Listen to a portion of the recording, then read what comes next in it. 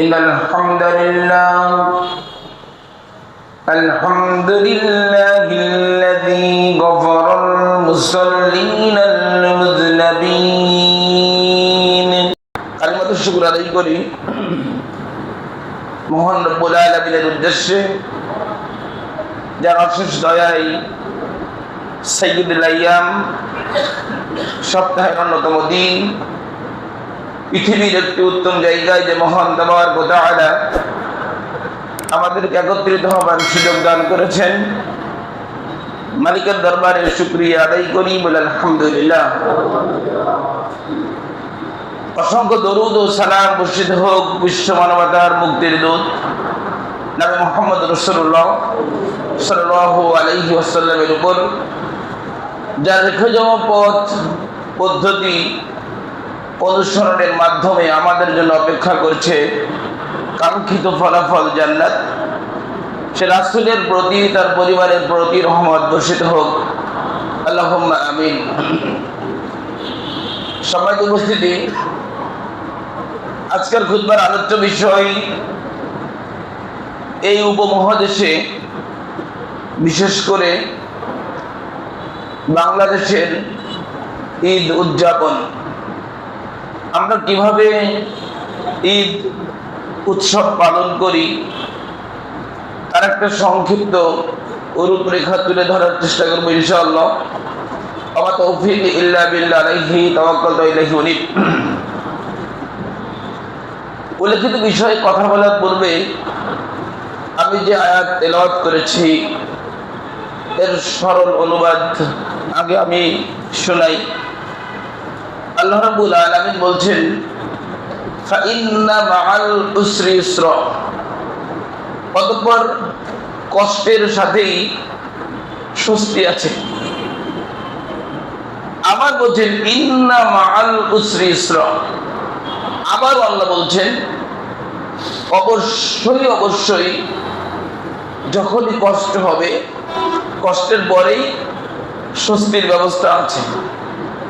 ফাইদা ফারাগতা ফানসাব, অতএব যখনই আপনি অবসর পাবেন, ফাইদা ফারাগতা ফানসাব, যখনই আপনার জীবনে অবসর চলে আসবে, ওয়া ইলা রাব্বিকা ফারগাব, তখনই আপনি আপনার রবের প্রতি খুব গভীরভাবে মনোনিবেশ করেন।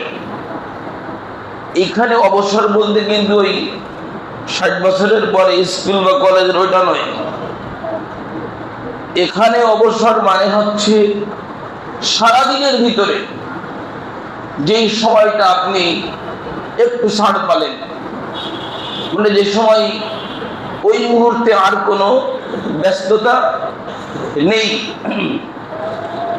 যখন কোনো ব্যস্ততা নেই, শুয়ে আছেন, বসে আছেন বা যে কোনো এক জায়গায় আছেন, এই সময়টা আপনি মালিকের স্মরণ করেন, মালিককে একটু বলেন সুবহানাল্লাহ, মালিককে একটু বলেন আলহামদুলিল্লাহ, এই সময় আপনি বলেন আস্তাগফিরুল্লাহ, এই সময়টা আপনি বলেন লা ইলাহা ইল্লাল্লাহ, এই সময় আপনি বলেন আল্লাহু আকবার, বারবার করে ইস্তিগফার করেন, তাসবিহ তাহলিল করেন, তওবা করেন, রবের বড়ত্ব বর্ণনা করেন, ওয়া ইলা রাব্বিকা ফারগাব, রবের দিকে বিশেষভাবে মনোযোগ দেন।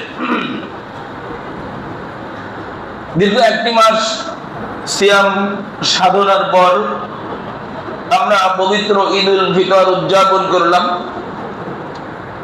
ঈদুল ফিতর উদযাপনের সালাত শেষ, সালাত শেষের পরেই আমাদের এই উপমহাদেশে, বিশেষ করে আমাদের দেশে যে দৃশ্যগুলো বেশি আমরা দেখতে পাই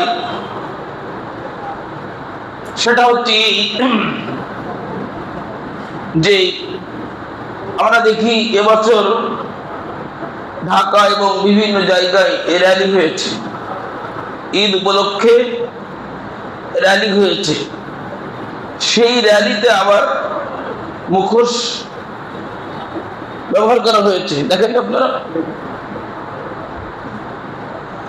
র্যালিতে কেন, ঈদের র্যালিতে কেন মুখোশ ব্যবহার করা হবে? এর দুটো কারণ হতে পারে। একটা হচ্ছে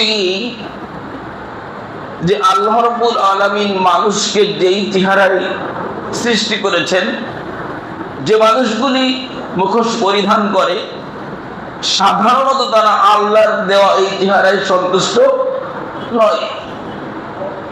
তারা নিজেদেরকে কুকুর, শৃগাল, বানর, সিংহ, বাঘ, ভেড়া, ভাল্লুক, হাতি নিকৃষ্ট জীব হিসাবে মনে করতে পারে যে আমি একেবারে নিকৃষ্ট মানুষ কেন হলাম। শিক্ষিত হতে পারে, আপনি শিক্ষাকে কিছু মনে করবেন না। বিশ্ববিদ্যালয়ের প্রফেসর হতে পারে, হোক।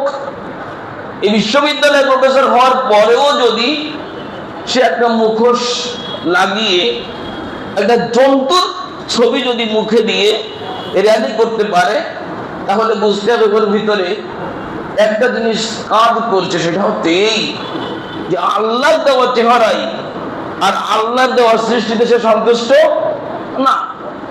অথচ আল্লাহ রাব্বুল আলামিন এইভাবে বলছেন, আল্লাহ পবিত্র কোরআনে কয়েকটা ভাষণে মানুষদেরকে আহ্বান করেছেন। আল্লাহ বলছেন, কুল ইয়া আইয়ুহাল কাফিরুন, হে কাফির সম্প্রদায়। আল্লাহ বলছেন, ইয়া আইয়ুহাল্লাযীনা আমানু, হে মুমিনগণ।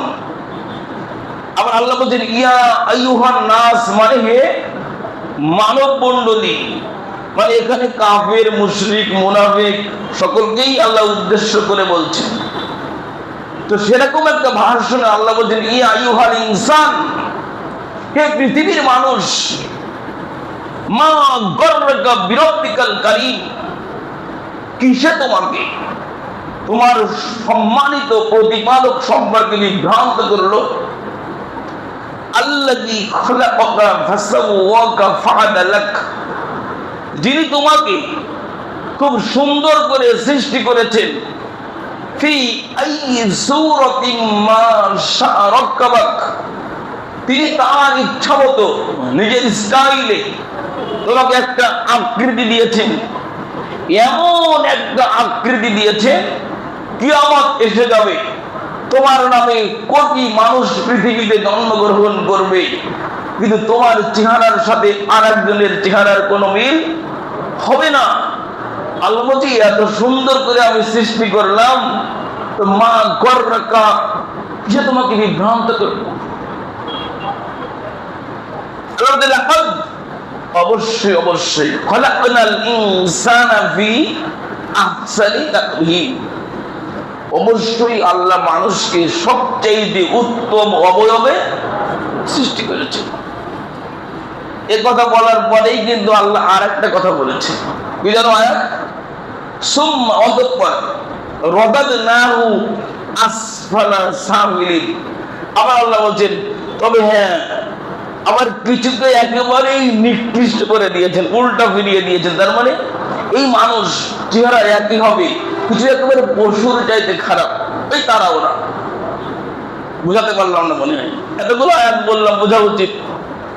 এতগুলো আয়াত বললাম, আল্লাহ বলছেন, লাকাদ খলাকনাল ইনসানা ফি আহসানি তাকওয়িম, অবশ্যই আমি মানুষকে সবচাইতে উত্তম অবয়বে সৃষ্টি করেছি বলেই বলছেন, সুম্মা রাদাদনাহু আসফালা সাফিলিন, আবার এই মানুষের কতককে একেবারে সবচেয়ে নিকৃষ্টতে পরিণত করেছি। মানে একেবারেই খারাপ, খারাপের যত শেষ সীমানা আছে, তার ভিতরে ওরা যারা নিজের এই চেহারায় সন্তুষ্ট নয়, নিজের চেহারায় সন্তুষ্ট নয় বলেইতে অসংখ্য মানুষ মুখে ট্যাটু করছে না। ওরা কুকুর শৃগালের মতো, ওরা মানুষই না, ওরা মানুষ নামে একটা জীবজন্তু। আর একটা কারণ হতে পারে, এই আইজামা পাঞ্জাবি পরে ঈদের সালাত আদায়ের পরে বা ঈদ উপলক্ষে যারা এভাবে র্যালি করে, এদের ভিতর আর একটা কারণ থাকতে পারে। সে কারণটা হচ্ছে ওর মনের ভিতরে মূর্তির প্রতি একটা ভালোবাসা আছে, মূর্তি পূজার প্রতি ওর একটা গোপন বাসনা আছে, ও মূর্তিকে ভালোবাসে, ও মূর্তিকেই লালন করে, কিন্তু একটু পাজামা পাঞ্জাবি পরেছে, কিন্তু ওর উদ্দেশ্য মূর্তি লালন হোক। তা না হলে পহেলা বৈশাখে এর সে কারা আগে আছে? হিন্দুরা আছে আগে, আমার আপনার পিতা ভাই বোন তারাই তো। কারণ নাম আব্দুল্লাহ, কারণ নাম আব্দুর রহমান, তাই না? তাই পহেলা বৈশাখের দিন ওই বিভিন্ন কিছু নিয়ে কি বলে, আবার ওগুলো কিসের জানো? মঙ্গল শোভাযাত্রা সামনে আসছে 14 এপ্রিল। এরা মূর্তিকে ভালোবাসে, মূর্তিকে লালন করে, ঠিক এভাবেই মুহাম্মদ সাল্লাল্লাহু আলাইহি ওয়াসাল্লাম বলছেন, এভাবেই বলছেন। তিরমিজির 2641 নম্বর হাদিস, না ইবনে মাজার 3952 নম্বর হাদিস। মুহাম্মদ সাল্লাল্লাহু আলাইহি ওয়াসাল্লাম বলছে, লম্বা হাদিস মধ্যখান থেকে বলছি। মুহাম্মদ সাল্লাল্লাহু আলাইহি ওয়াসাল্লাম বলছে, ওয়া ইন্না মিম্মা আতাখাওয়াফু আলা উম্মতি আইম্মাতাম মুজিল্লিন, বলছে আমি আমার উম্মতের পথভ্রষ্ট নেতাদের ব্যাপারে খুবই ভয় পাচ্ছি। মুহাম্মদ সাল্লাল্লাহু আলাইহি ওয়াসাল্লাম বলছেন, আমি আমার উম্মতের ভ্রান্ত নেতা, পথভ্রষ্ট ইমাম, পথভ্রষ্ট নেতাদের ব্যাপারে আমি খুব শঙ্কিত আছি। ওয়াসাতা'বুদু কবাইলু মিন উম্মাতিল বিলা উসান, আর আমার উম্মত অচিরেই, আমার উম্মতের কিছু লোক তারা মূর্তি পূজা করবে। এই দেখেন মুহাম্মদ সাল্লাল্লাহু আলাইহি ওয়াসাল্লাম বলছেন, এখনের কথা, এই সময়ের কথা, এই সময় পৃথিবীতে কি হয়? মুহাম্মদ সাল্লাল্লাহু আলাইহি ওয়াসাল্লাম বলছেন যে অচিরেই আমার উম্মতের কিছু লোক কি করবে? মূর্তি পূজা করবে।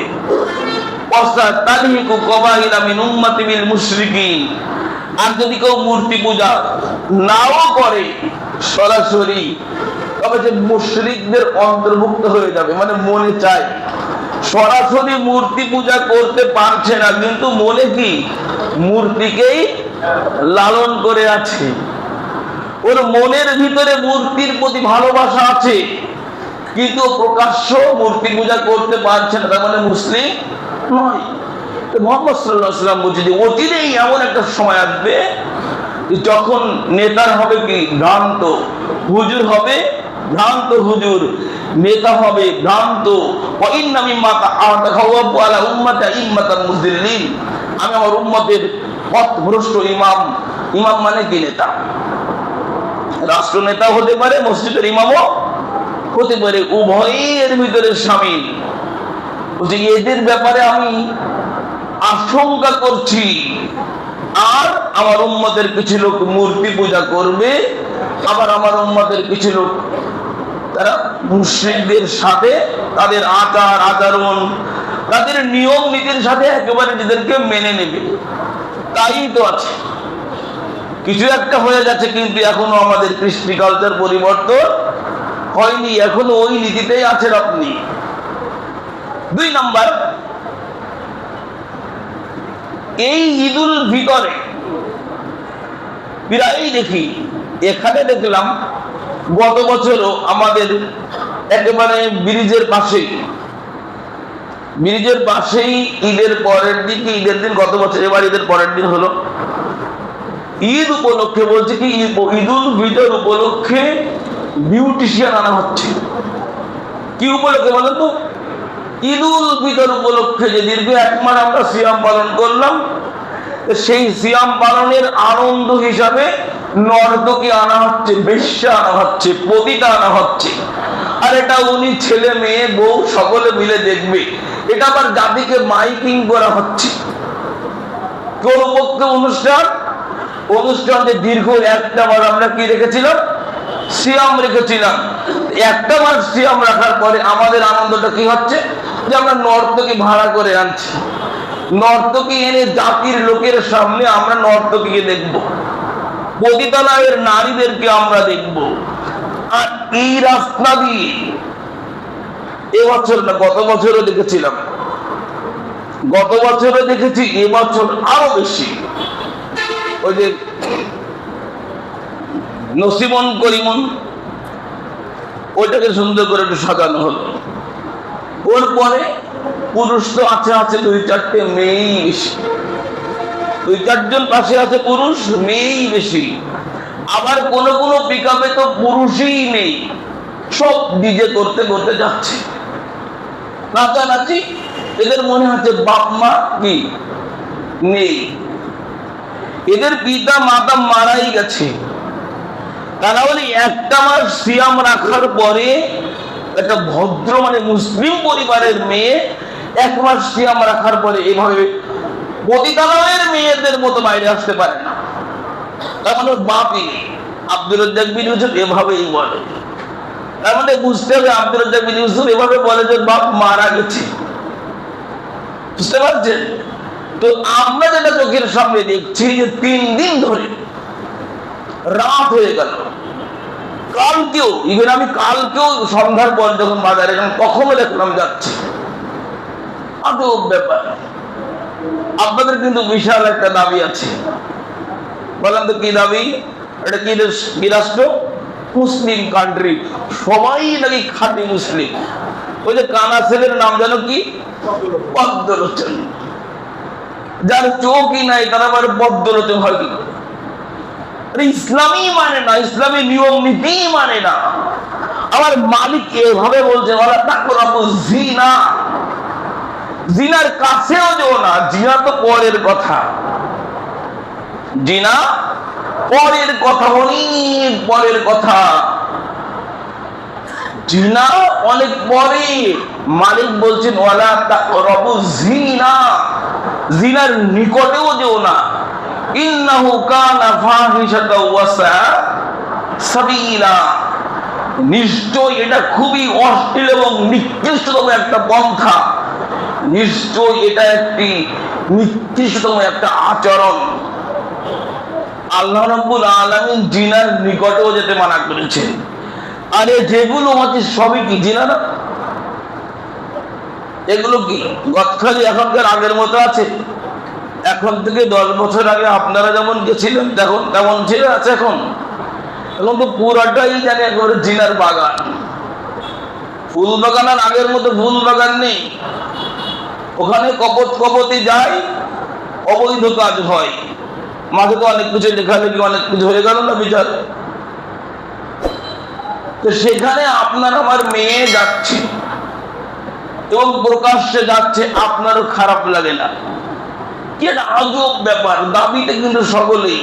দেখা যাচ্ছে ওর আব্বা আবার কি এই শাওয়ালের উপর রাখাই শুরু করে দিয়েছে, অথবা গতকালকে একটা হয়েও গেছে।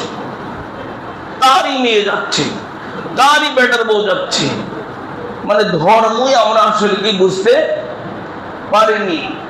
আমাদের কাছে ধর্ম হচ্ছে 1 মাস সিয়াম ছিলাম, এটা যায় আসে না। আসল কথা কি জানেন? আমি ঈদের খুতবায় এবং রমাদানের ভিতরেও বলেছি যে আমরা আসলে সিয়ামকে মূল্যায়ন করতে শিখি। সিয়াম আমাদেরকে পরিবর্তন করতে পারেনি। সিয়ামের ক্ষমতা হচ্ছে এই, আমি অনেকবার বলেছি যে সিয়াম হচ্ছে ওই যে ডিটারজেন্ট আছে না, এর কাজ কি? ডিটারজেন্ট পাউডারের কাজ কি? শুধুমাত্র একেবারে সব ময়লা পরিষ্কার করে দেওয়া। তা সিয়ামের কাজ হচ্ছে এই। পুরো বলছিলাম যে রমাজান রমজ ধাতু থেকে আসছে। রমজ মানে হচ্ছে কি? পুড়িয়ে দেওয়া, খাপ করে দেওয়া। যেমন সোনা, রূপা, লোহা এগুলোকে পুড়িয়ে এর যত ময়লা আবর্জনা বের করার অরিজিনাল সোনা হয়। রমাজানের কাজ হচ্ছে 1 মাস ধরে আপনি সিয়াম রাখবেন, ভিতরের ময়লা আবর্জনা পাপ এগুলো সব বের করে দেবে। যদি বের না হয় তাহলে আমার সিয়াম হয়নি। কি করে হয়? কি করে হয় সিয়াম? সিয়াম রাখার পরের দিন, ঈদুল ফিতরের দিন কি আমরা এগুলো করতে পারি? যেখানে মুহাম্মদ সাল্লাল্লাহু আলাইহি ওয়াসাল্লাম সামুরা ইবনে জুনদুব, একটা হাদিস বলছে বুখারীর, সামুরা ইবনে জুনদুব রাদিয়াল্লাহু তাআলা আনহু বলছেন যে প্রায়ই মুহাম্মদ সাল্লাল্লাহু আলাইহি ওয়াসাল্লাম আমাদের সামনে ফজরের পরে আমাদের দিকে ঘুরে বসে আমাদের কাছে জিজ্ঞাসা করতেন, তোমাদের কেউ কি আজকে কোনো স্বপ্নে দেখেছো? যদি কেউ স্বপ্ন দেখতো, মুহাম্মদ সাল্লাল্লাহু আলাইহি ওয়াসাল্লামের নিকটে আমরা সে স্বপ্নের কথা বলতাম। মুহাম্মদ সাল্লাল্লাহু আলাইহি ওয়াসাল্লাম আমাদের এই স্বপ্নের তাবির করতেন, ব্যাখ্যা করতেন। তো এমন ভাবে একদিন মুহাম্মদ সাল্লাল্লাহু আলাইহি ওয়াসাল্লাম ফজরের সালাতের পরে বলছেন, তোমরা কোনো স্বপ্নে দেখেছো কি? সাহাবীরা কেউ কিছু বলছে না, মানে কেউ দেখেনি। তখনই মুহাম্মদ সাল্লাল্লাহু আলাইহি ওয়াসাল্লাম বলছেন যে আমি দেখলাম আজকের রাতে দুইজন লোক এসে আমার এই দুই বাহু, মানে এই ভিতর থেকে দুইজন হাত ঢুকিয়ে দিয়ে আমাকে নিয়ে যাচ্ছে একটা পবিত্র ভূমির দিকে, শাম, সিরিয়া, এরকম কিছু হতে পারে, আল্লাহু আ'লাম। একটা পবিত্র ভূমির দিকে আমাকে নিয়ে যাচ্ছে মুহাম্মদ সাল্লাল্লাহু আলাইহি ওয়াসাল্লাম বলছে।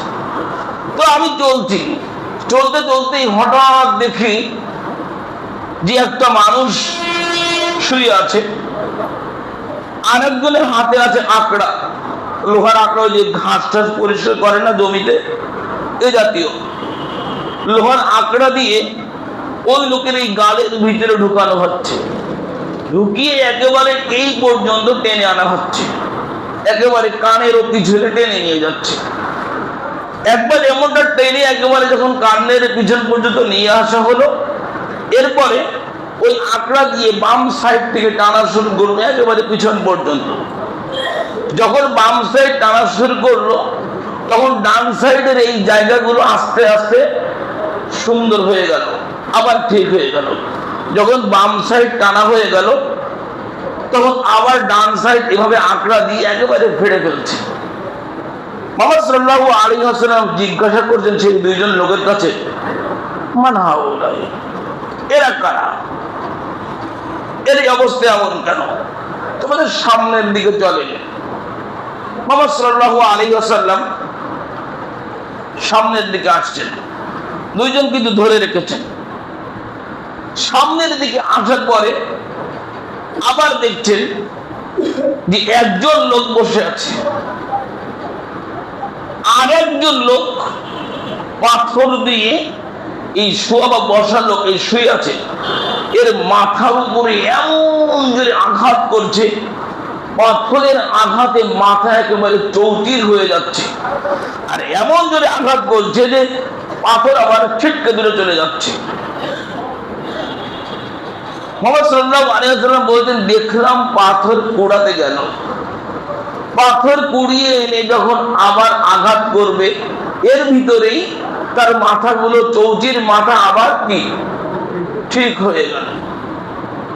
মুহাম্মদ সাল্লাল্লাহু আলাইহি ওয়াসাল্লাম মানহাউলাই, এরা কারা, এদের অবস্থা এমন কেন? হঠাৎ সামনে চলে, সামনের দিকে যাওয়া হলো। মুহাম্মদ সাল্লাল্লাহু আলাইহি ওয়াসাল্লাম দেখছেন একটা নদী, নদীটা টোটালি রক্ত দিয়ে একেবারে ভরা, রক্তের নদী। রক্তের নদীর একটু কাছে, রক্তের নদীর ভিতরেই কিনারার দিকে একটা লোক দাঁড়িয়ে আছে, হয়তোবা এরকম তাকে এরকম আঘাত করা হচ্ছে, রক্তের নদীর ভিতরে আছে। মুহাম্মদ সাল্লাল্লাহু আলাইহি ওয়াসাল্লাম বলছে, এর অবস্থা এমন কেন? সামনে চলুন। আবার যখন সামনে আসা হলো, এবার মুহাম্মদ সাল্লাল্লাহু আলাইহি ওয়াসাল্লাম দেখছেন একটা গর্ত, ওই যে তন্দুরে রুটি বানায় না, দেখেছেন তন্দুর রুটির চুলা কিরকম, মুখের উপরের দিকে একেবারে ছোট না, ভিতরে অনেক বড়। এই গর্তের মুখটা এরকম তন্দুরের মতো, মুখটা ছোট, ভিতরে অনেক বড় জায়গা। মুহাম্মদ সাল্লাল্লাহু আলাইহি ওয়াসাল্লাম দেখছেন এই ভিতরের জায়গায় অসংখ্য নারী আর পুরুষ উলঙ্গ অবস্থায় আছে, অসংখ্য নারী পুরুষ উলঙ্গ অবস্থায় আছে, আর আগুন জাল দেওয়া হচ্ছে। যখন আগুন একটু তেজ করা হচ্ছে, তখন উলঙ্গ নারী পুরুষগুলো বের হওয়ার জন্য খুব দ্রুত করে তন্দুরির ওই চুলার মুখের দিকে আসার চেষ্টা করছে। এরা যখন তন্দুরির ওই রুটির ওই মুখের মতো এখানে চলে আসলো, তখন ওই সময়তেই আবার আগুনটাকে একটু নিস্তেজ করে দেওয়া হচ্ছে। এরা মনে করছে হয়তো একটু পরিবেশ ভালো হলো, ওখানেও তো আবার থাকা যাচ্ছে না, উঁচু জায়গা, নামতেই হবে। আবার এরা নিচের দিকে চলে আসছে। যখন নিচের দিকে চলে আসলো তখনই আবার আগুন দাও দাও জ্বলতে শুরু করলো। এরা আবার দৌড়াচ্ছে তন্দুরির ওই মুখের দিকে, চুলার মুখের দিকে যাচ্ছে। মুহাম্মদ সাল্লাল্লাহু আলাইহি ওয়াসাল্লাম বলে, মান হাউলায়, এরা কারা? বলে, আগে চলেন। আগে আসা হলো। মুহাম্মদ সাল্লাল্লাহু আলাইহি ওয়াসাল্লাম বলছেন, দেখলাম একটা বাগান, বাগানের পাশে একটা খুব সুন্দর বৃক্ষ, খুবই সুন্দর একটা গাছ। সে গাছের নিচে একেবারে গাছের গোড়ায় একজন খুব সুন্দর চেহারার বৃদ্ধ বসে আছে, আর তার পাশে অসংখ্য ছোট ছোট বাচ্চারা এগুলোই পাশে আছে। মুহাম্মদ সাল্লাল্লাহু আলাইহি ওয়াসাল্লাম এলাকার ওই আগে চলে। এবার গাছের একটু উপরে উঠা হলো। এখানে মুহাম্মদ সাল্লাল্লাহু আলাইহি ওয়াসাল্লাম দেখলেন খুবই সুন্দর একটা প্রাসাদ। যেই প্রাসাদে আছে বৃদ্ধ, আছে যুবক, আছে সাধারণ বালক, আবার আছে নারীরা। মুহাম্মদ সাল্লাল্লাহু আলাইহি ওয়াসাল্লাম বলছে, এরা কারা? সুন্দর জায়গা আছে, বলছে আগে চলে। আর একটু আগে উপরে উঠানো হলো, গাছের একেবারে মাথায়। এখানে যে মুহাম্মদ সাল্লাল্লাহু আলাইহি ওয়াসাল্লাম দিলেন খুবই সুন্দর প্রাসাদ। আগেরটা যেমন দেখেছিলেন, এটা তার চাইতে আরো সুন্দর প্রাসাদ। মুহাম্মদ সাল্লাল্লাহু আলাইহি ওয়াসাল্লাম দেখলেন সেখানে কিছু বৃদ্ধ আর যুবক। এখানে নারীর কথা প্রকাশিত বিবরণে পাওয়া যায় না।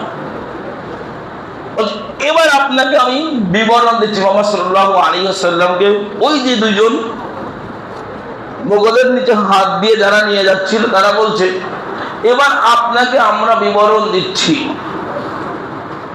প্রথম যে লোক যাকে আঁকড়া দিয়ে যার মুখটা ফেড়ে ফেলা হচ্ছে, আবার মুখ লেগে যাচ্ছে, ওই হচ্ছে মিথ্যুক, যে কন্টিনিউ মিথ্যা কথা বলতো, যে রোজার মাসও ক্রয় বিক্রয়ের সময় কি করেনি? মিথ্যা ছাড়েনি।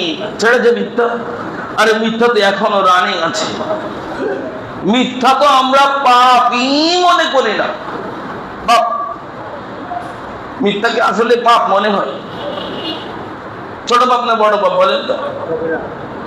কবিরা গুনাহের ভিতরে যত লিস্ট আছে, কবিরা গুনাহের যত লিস্ট আছে, তার এক বিবরণে বোঝা যায় 3 নাম্বার, অন্য বিবরণে বোঝা যায় 4 নাম্বার পাপ। কবিরা গুনাহ 100-এরও বেশি, কবিরা গুনাহ 100-এরও বেশি। এত কবিরা গুনার ভিতরে একেবারে 3 অথবা 4 নম্বর স্টেপে আছে কি? মিথ্যা। বলছি এই হচ্ছে সেই লোক যে মিথ্যা কথা বলতো।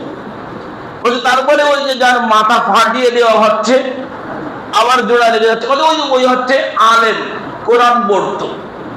এই আলেম কোরআন পড়তো কিন্তু কোরআন অনুযায়ী জীবন পরিচালনা করতো না। আপনার হুজুর ওই যে প্রায় দেখবেন রমজান মাসেও খতমের জন্য 4-5 জন 10 জন একসাথে চলে যাচ্ছে। ওই যে মুহাম্মদ সাল্লাল্লাহু আলাইহি ওয়াসাল্লাম বলছি, ইকরাউনাল কোরআন, কিছু লোক এমন যে কোরআন পাঠ করবে, লা ইউযাবিজু হানাজিরহুম, কিন্তু কোরআন কণ্ঠনালী অতিক্রম করবে না। আসলে বলেন তো, কণ্ঠবাদ দিয়ে শব্দ উচ্চারণ হয়? কণ্ঠবাদ দিয়ে আপনি কথা বলতে পারবেন? তাহলে কণ্ঠনালী লাগে কথা বলতে। তাহলে কোরআন কণ্ঠনালীর নিচে নামবে না, মানে এই কোরআনের সারমর্ম বুঝবে না, কোরআনের আবেদন বুঝবে না, ও শুধু গাধার মতো। আল হাফিজু কাল হিমার একটা বাক্য আছে জানেন? হাফেজরা হচ্ছে গাধার মতো, মানে সবাই না। ওই যে হাফেজ কোরআন পড়েছে, একটু বুঝাই, ওই যে গাধার একটা বাহন, গাধা একটা বাহন, ওর উপরে আপনি চিনি দেবেন, ঝালের গুঁড়ো দেবেন, যাই দেবেন, ও কিন্তু বোঝে না এটা কি, বোঝে? তা যে হাফেজ শুধু হেফজি করেছে, ও জানে না আলহামদুলিল্লাহ রাব্বিল আলামিনের আবেদনটা কি, ও জানে না বিসমিল্লাহর বিসমিল্লাহির রহমানির রহিম এর আবেদনটা কি? ওরা বিসমিল্লাহির রহমানির রহিমের আবেদন জানে না বিধায় 786তে বিসমিল্লাহ ঢুকিয়ে দিয়েছে, তাই না? আপনার হুজুর এই মেহরাবের পরে বসে তাবিজ লেখে, আর আপনাকে বলছি, মনে করেন 20 বছর আগে দোকানের যে ক্যাশ মেমো হতো ওর উপরে দেখবেন লেখা ছিল 786, ছিল না? এই 786 এটা যে ইহুদি পণ্ডিত পিথাগোরাস একটা আবজানা মান তৈরি করে আলিফের মান 1, বার মান 2 এভাবে করে বলছে বিসমিল্লাহির রহমানির রহিম 19টা অক্ষর যোগ বিয়োগ করলে 786 হয়। আর আমরা তো দেখছি যে ওই মান যদি হিসাব করা হয় তাহলে 786 মানে কি জানেন? হরে কৃষ্ণ। হুজুর আপনি কি করে যে লিখে দেয় এই মেহরাবের পরে বসে 786 লিখে টুকলা করে একেবারে ঢুকিয়ে দিল, আর আপনি গলায় ঝুলিয়ে একেবারে রাত দিন ঘুরে বেড়াচ্ছেন, মনে করছেন যে বিসমিল্লাহ ঢুকিয়ে নিয়েছি। আরে বিসমিল্লাহ লিখতে গেলে আল্লাহ আছেন, আপনি আর আপনার হুজুর আর আপনার সবাই মিলে কেউ কি বলতে পারবে যে আল্লাহ শব্দের কোনো কিছু করা যায়? আল্লাহ লাগে না? বিসমিল্লাহর ভিতরে আল্লাহ শব্দ আছে না? আল্লাহ শব্দের কোনো পরিবর্তন আছে? পৃথিবীর কোন ভাষায় আল্লাহ জাতি নাম, জাতি নাম। তা হুজুর বোঝেনি, এই সেই হুজুর, ও গাধার মতো, ও বোঝে না যে কি বহন করছে, ও বোঝে না যে বিসমিল্লাহির রহমানির রহিমের আবেদনটা কি। তা বলছে এ হুজুর এ কোরআন পাঠ করতো, কিন্তু কোরআনের কি কোরআন দিয়ে জীবন পরিচালনা করেন, এই জন্য এটাকে মারা হচ্ছে পাথর দিয়ে। আগে এবার আপনি দেখলেন যে রক্তের নদীতে যাকে বারবার করে ধাক্কা দিয়ে পাথর মেরে রক্তের নদীর মধ্যে আছে, ও পাথর মারা হচ্ছে। যেই কিনারায় উঠে আসতে চাচ্ছে, কিনারায় একজন লোক আছে পাথর নিয়ে মুখে মেরে দিচ্ছে, পাথর চলে যাচ্ছে। ও পাথর আনতে যাচ্ছে, একটু তাড়াতাড়ি উঠে আসার চেষ্টা করছে। বলছে ওকে জানেন? বলছে কে? বলছে সুদখোর। আছেন আপনাদের তো আপনারা কিস্তির লোক, যে কোনো মূল্যে সমিতি ছাড়া আর ব্যাংকের লোন ছাড়া আপনাদের কিছুই হয় না। ব্যাংকের লোন না নিয়ে আপনার বাড়িও হয় না, গাড়িও হয় না, বিয়ে শাদিও হয় না, সবকিছুতে এই ব্যাংকের লোন লাগে। মানে সব জায়গায় আপনি মনে করেছেন শুধু ঢুকাবেন। আর সুদের পাপের 70 স্তর আছে। সুদের পাপের কত স্তর? 70 স্তর। অন্য বিবরণে বোঝা যায় 73। এক বিবরণে 73 পাওয়া যায়, আর বিবরণে 70। সাল্লাল্লাহু আলাইহি ওয়াসাল্লাম বলেন আর রিবা সাবউনা হুবান, সুদের পাপের 70 স্তর আছে। আইসার হওয়া মানে সবচাইতে সহজ। আয়াঙ্কা রাজুলা উম্মুহু, একজন মানুষ তার মাকে বিবাহ করলো, মানে বিবাহ তো আর হয় না, তাহলে কি হয়? কি হয়? জিনা হয়। এটা কয় নম্বর? 70 নম্বর স্তর। সাল্লাল্লাহু আলাইহি ওয়াসাল্লাম দিরহামুর রিবা, 1 দিরহাম, 1 লুহুর রুটি যদি কোনো মানুষ খায়, ওই আলামু, সে জানে এটা সুদের টাকা। দিরহামুর রিবা 1 লুহুর ওই আলামু, 1 দিরহাম যদি কেউ সুদ খায়, সে জানে এটা সুদের টাকা। তাহলে ওহু আরাদু বিন সিত্তাতি ওয়া সালাসিনা জিনিয়া, 36 বার জিনা করলে যত অপরাধ হয়, 36 বার জিনা করলে যত অপরাধ হয়, 36 বার জিনা করলে যত অপরাধ হয়, 1 দিরহাম সুদ, 1 দিরহাম সুদ জানার পরে খাইলে এত অপরাধ হয়। তো আপনি তো ছাড়তেই পারেননি, কোনো বক্তব্যই কাজ হয়নি, তার মানে আপনার ঈমান মরে গেছে।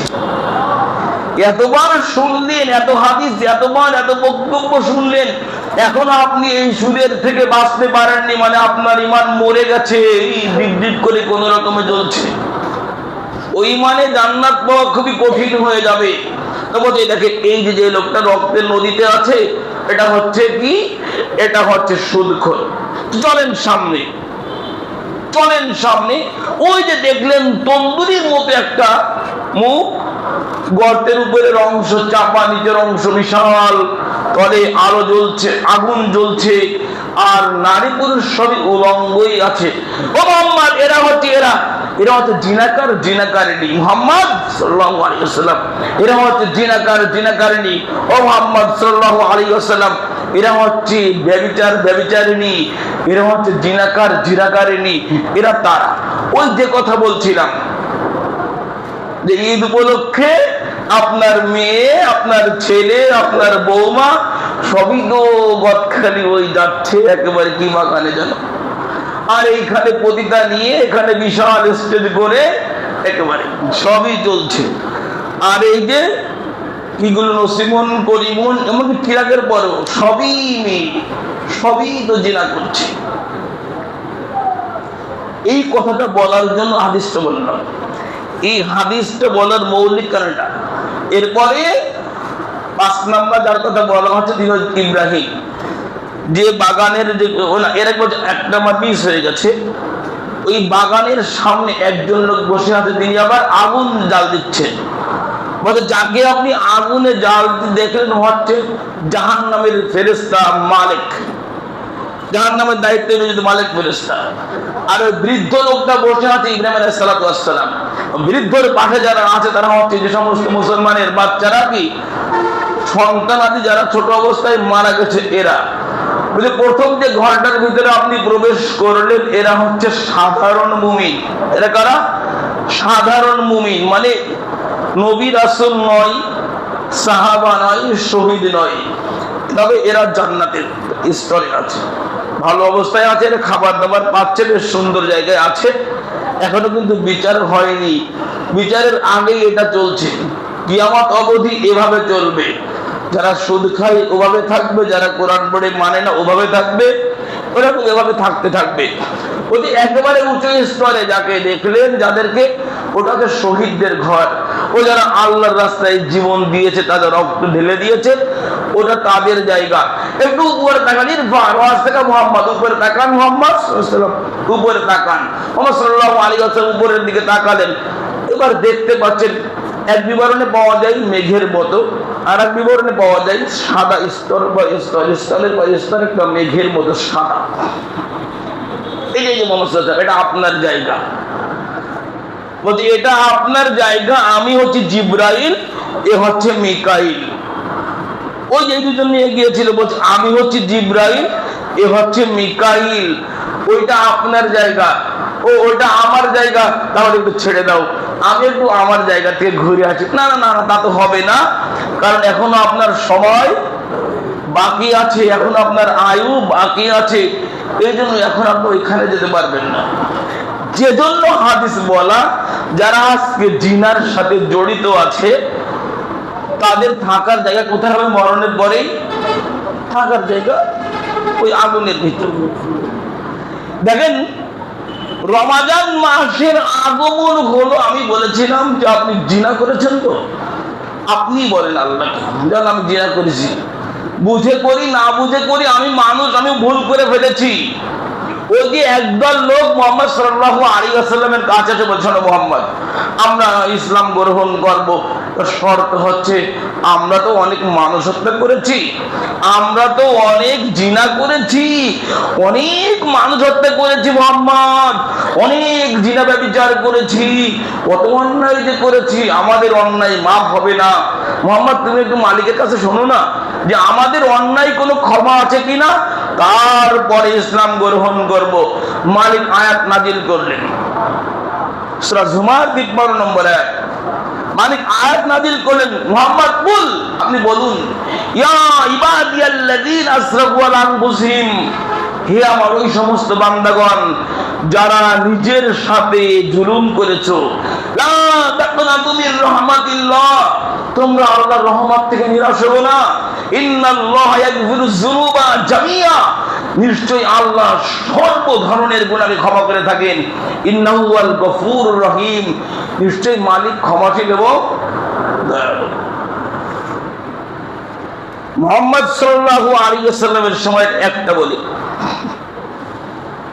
মায়ের জন্য মালিক জিনা করে ফেলেছে, তো জিনা করার পরে তার চিন্তা হচ্ছে আমাকে এ থেকে বাঁচতে হবে। নিজেই মুহাম্মদ সাল্লাল্লাহু আলাইহি ওয়াসাল্লামের কাছে এসে বলি, ইয়া রাসূলুল্লাহ তাহহিরনি ইয়া রাসূলুল্লাহ, ইয়া রাসূল আপনি আমাকে পবিত্র করুন।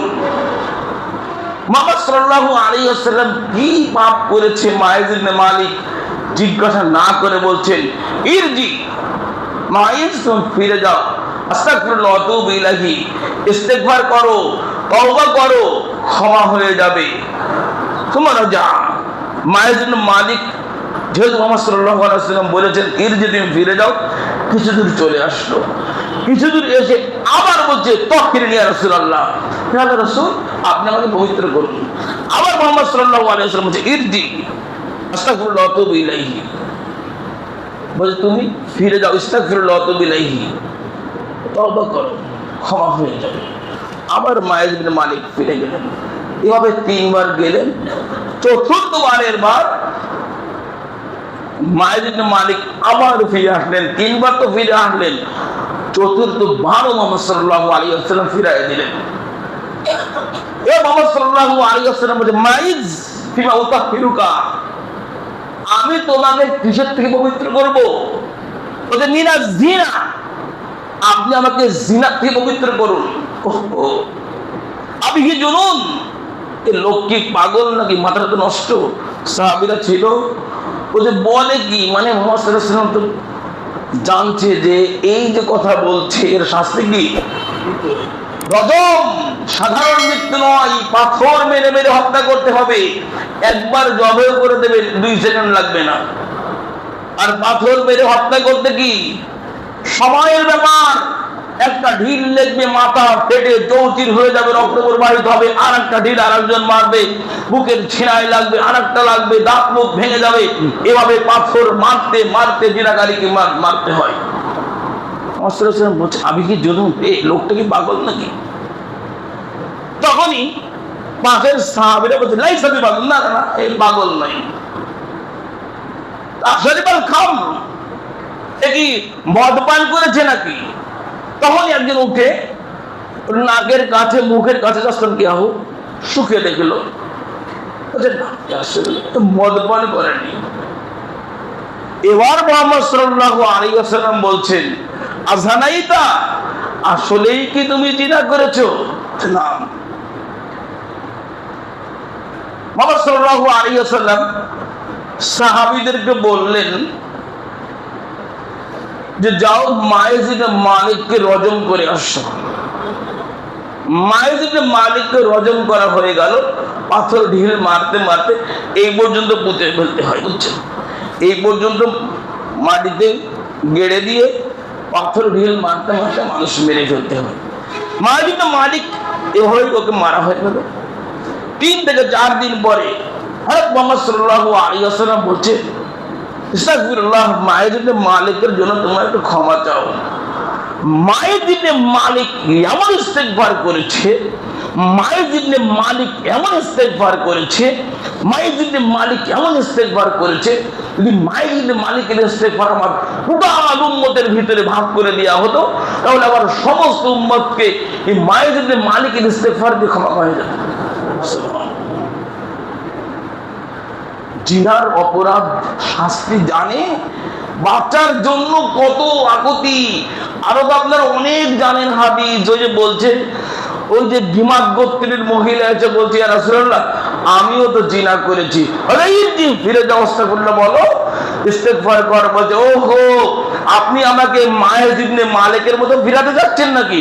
মানে মাইজ ইবনে মালিকের ঘটনার কয়েকদিন পরে বলছে এই দেখেন আমার এই যে পেট উঁচু হয়ে আছে, আমি তো জিনার সন্তান লালন করছি। এই ঘটনা জানেন, এই ঘটনার দিকে আমি আর যাচ্ছি। তো জিনা করার পরে পবিত্র হওয়ার জন্য সাহাবীরা কত চেষ্টা করেছে। ওই লোকগুলো, যে লোকগুলো যেই সময়কে বলা হয় আইয়ামে জাহেলিয়ার লোক, অজ্ঞতার লোক, বর্বরতার যুগের লোক, তারা কোরআন হাদিস পাওয়ার পরে, মুহাম্মদ সাল্লাল্লাহু আলাইহি ওয়াসাল্লামকে পাওয়ার পরে, অপরাধ হয়ে যাওয়ার পরে আবার সঙ্গে সঙ্গে বাঁচার জন্য সর্বাত্মক চেষ্টা করেছে। আর আপনি রমাজান উপলক্ষে ঈদুল ফিতরের দিন আপনি নাচ গানের আয়োজন করছেন। আপনি ঠিক না, মানে আপনারই তো ভাই, যে করছে তার বিরুদ্ধে একটা, আপনি কি তাকে বলতে পারবেন এটা কাফের? এমন কেউ আছে? যারা এই আয়োজনগুলো করলো, এখানে কোন বাপের বেটা আছে নাকি যে মুখে হাত দিয়ে বলবো এটা, ওই নাম ধরে বলবো এটা কাফের? ক্ষমতা আছে, তার মানে মুসলিমই দাবিতে আছে, ও দাবিতে মুসলিমই আছে, কিন্তু ওর কর্মকাণ্ড কুফরি, ওর কর্মকাণ্ড মুনাফিকি, ওর কর্মকাণ্ড ফাসিকি। ঈদ উৎসব এভাবে হয়। 3 নম্বর, এদেশের গ্রাম গঞ্জ শহরের বিভিন্ন জায়গায় মোড়ে মোড়ে দেখবেন ঈদুল ভিতর এভাবে উদযাপন হচ্ছে যে একদল কিরাম নিয়ে বসে আছে, একদল দেখবেন দাবা নিয়ে আছে, আর একদল দেখবেন তাস নিয়ে আছে, কেউ আবার লুডু নিয়ে আছে, এখানে আবার বাজি ধরাধরি হচ্ছে। ও সবাই নাকি মুসলিম। একটা বলি শোনেন, মুহাম্মদ সাল্লাল্লাহু আলাইহি ওয়াসাল্লাম বলেন, মান লাইবা বিন নাদরি শিরান, যে জুয়া খেলে, জুয়া স্বর্ণ নিক্ষেপের মাধ্যমে ফুটার যত খেলা আছে, এগুলো যারা করে, মুহাম্মদ সাল্লাল্লাহু আলাইহি ওয়াসাল্লাম বলেন এরা যেন শুকরের গোশত, লাহমাল খিনজির ওয়া দামিহি, লাহমিল খিনজির ওয়া দামিহি, শুকরের গোশত এবং রক্ত দিয়ে যেন নিজেদের হাতকে রঞ্জিত করে নিল। হাদিসটা মুসলিম শরীফের হাদিস। আপনি তো আসরের নামাজের পরে বলছেন আয় দোস্ত 2 দান হয়ে যাক, তাই না? আর কি হয় সেখানে? এবারে নিষেধাজ্ঞা দ্রব্য একটা, ওই যে সবচেয়ে দামি সিগারেট জন্য 18 কি 20, দোকানদারকে জিজ্ঞেস করলো, আমার কাছে বলতে চাচ্ছে না, আপনি শুনে করবেন কি, আমার খুতবাই লাগবে। একটা ওই কি বাড়ছেন সিগারেট নাকি ওর দাম 18 না 20, ওই 20 টাকায় তো জান্নাত পাইতে পারত, হয় না? এরকম খুবই অভাবী একজন আসছে, ওর খাওয়ার কিছু নেই, 20 টাকায় কিছু কিনে দিলেন না পেট ভরে, আপনার তো ফু দিলে উড়ে যাচ্ছে, আর ওই 20 টাকার কিছু কিনে দিলে ওর খুব মন ভরে খাবে।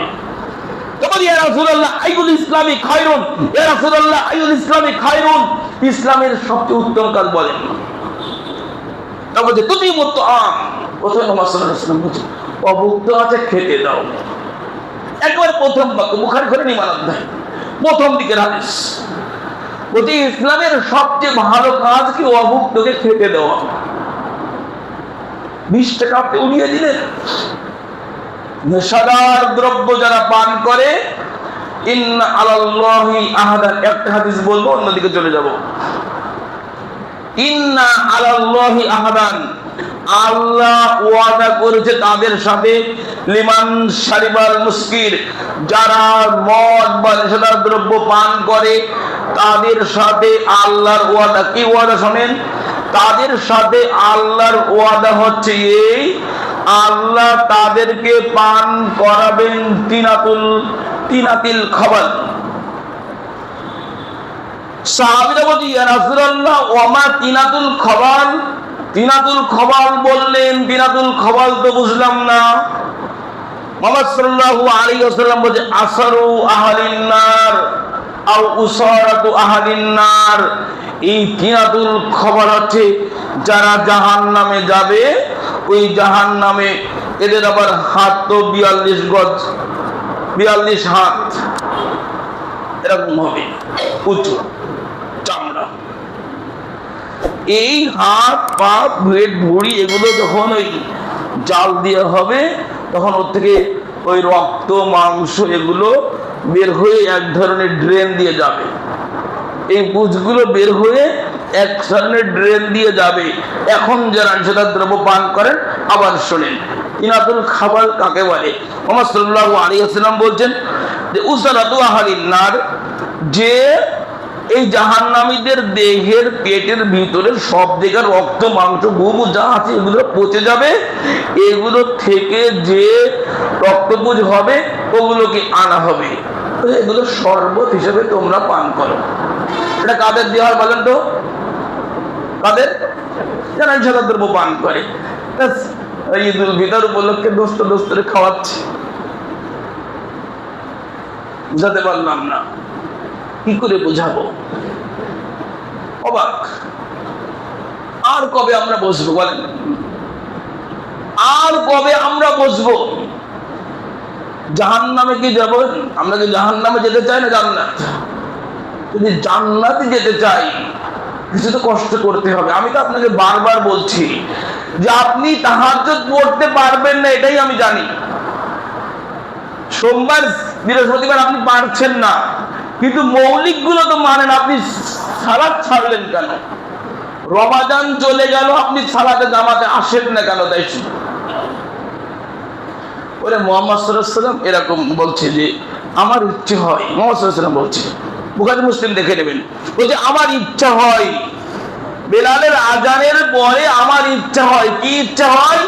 বলছে আমার ইচ্ছা হয় আমার ইমামতির জায়গা আর একজনকে ইমাম নিযুক্ত করি। এবার আমি বাড়িতে যাই, যে লোকগুলো বড় সালাতে জামাতে না শরীক হয়ে যারা বাড়িতে বসে আছে ওদের বাড়ি ঘরগুলো জ্বালিয়ে দিই না কেন? ওই শিশুরা থাকে, আর কারা থাকে? নারীরা থাকে। বুঝলাম না? বলছে আমার ইচ্ছা হয় বড় সালাতে যারা আসে না ওদের বাড়ি ঘরগুলো জ্বালিয়ে দেই। আর মানে রমাজান শেষ, সবাই মনে করে নিয়েছে জান্নাত ওর বাপের মানে আদম ছিল।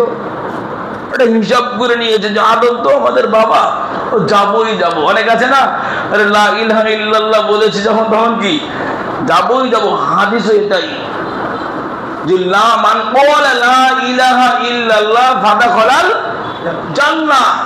যে ব্যক্তি লা ইলাহা ইল্লাল্লাহ বলেছে সে জান্নাতে যাবে। তার মানে কি শিরক করলো? মানে লা ইলাহা ইল্লাল্লাহ বলার পরে ওই লা ইলাহা ইল্লাল্লাহর উপরে কি টিকে থেকেছে। এক ব্যক্তি এসে বলছে ইয়া রাসূলুল্লাহ কিছু একটা বলেন যেন আপনার পরে আর কাউকে আমার জিজ্ঞাসা করতে না হয়।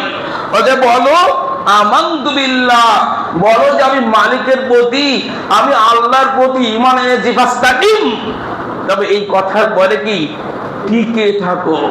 আল্লাহ ইন্নাল্লাযীনা ক্বালু রাব্বুনাল্লাহ, যারা বলে ওই মালিক আমার রব, আল্লাহ আমার রব, সুম্মাস্তাকামু, অতঃপর তারা ওই কথার উপরে টিকে থাকে। টিকে থাকতে হবে। সালাত ছেড়ে দিলে আরব কান্ট্রির বেশিরভাগ আলেমের ফতোয়া হচ্ছে কি কাফের। তাদের ফতোয়াই হচ্ছে এরকম যে তারা কাফের। সালাত আদায় করে মুহাম্মদ সাল্লাল্লাহু আলাইহি ওয়াসাল্লাম বলতে বাইনাল আবদি ওয়া বাইনাল কুফরি ওয়াশ শিরকি তারকুস সালাহ।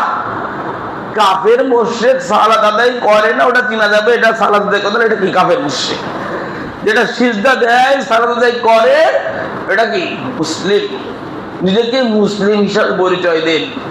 আপনি, আপনার সন্তান, আপনার স্ত্রী, ভুল আমার আপনার সবার হবে।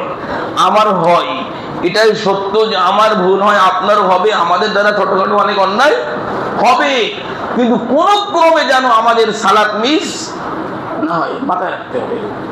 যে কোনো মূল্যে সালাতকে সর্বাগ্রে মূল্যায়ন করতে হবে।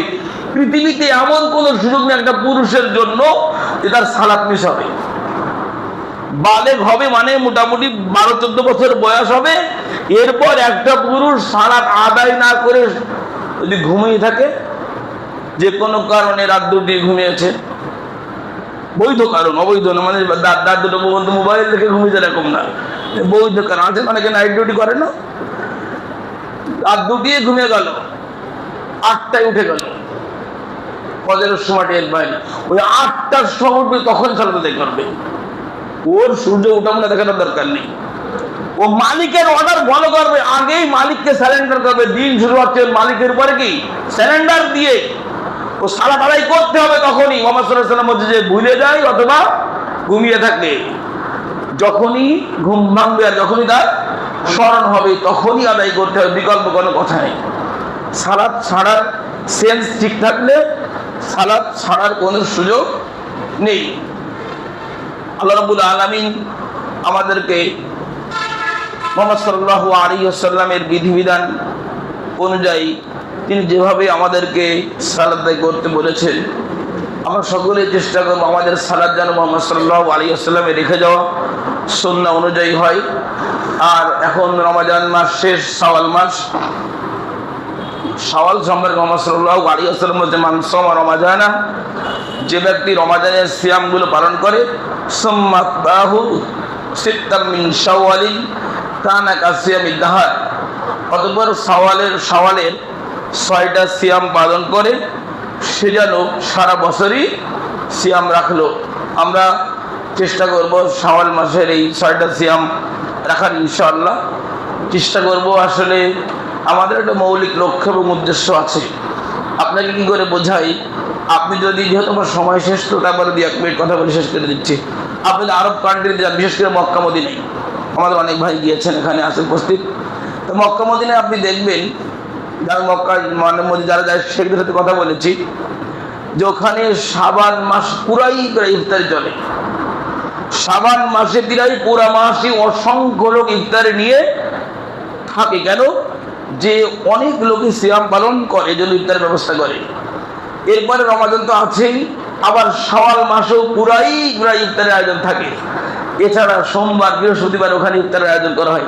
মানে ওই যে আশা, যে একটা সিয়াম যদি কারো, আমি আমার টাকা যদি কেউ একটা লোক ইফতার করে, তাহলে আমি একটা সিয়ামের সব পেয়ে যাব। দেখেন তাদের কত প্রয়োজন, আর আমাদের কোনো প্রয়োজনই নেই। তবে আল্লাহ, তুমি আমাদেরকেও তোমার দেখানো পথে, তোমার নবীর দেখানো পথে, সঠিক পথে চলা তৌফিক আল্লাহুম্মা আমিন। বারাকাল্লাহু লানা ওয়া লাকুম বিল কুরআনি ওয়া নাফা'না।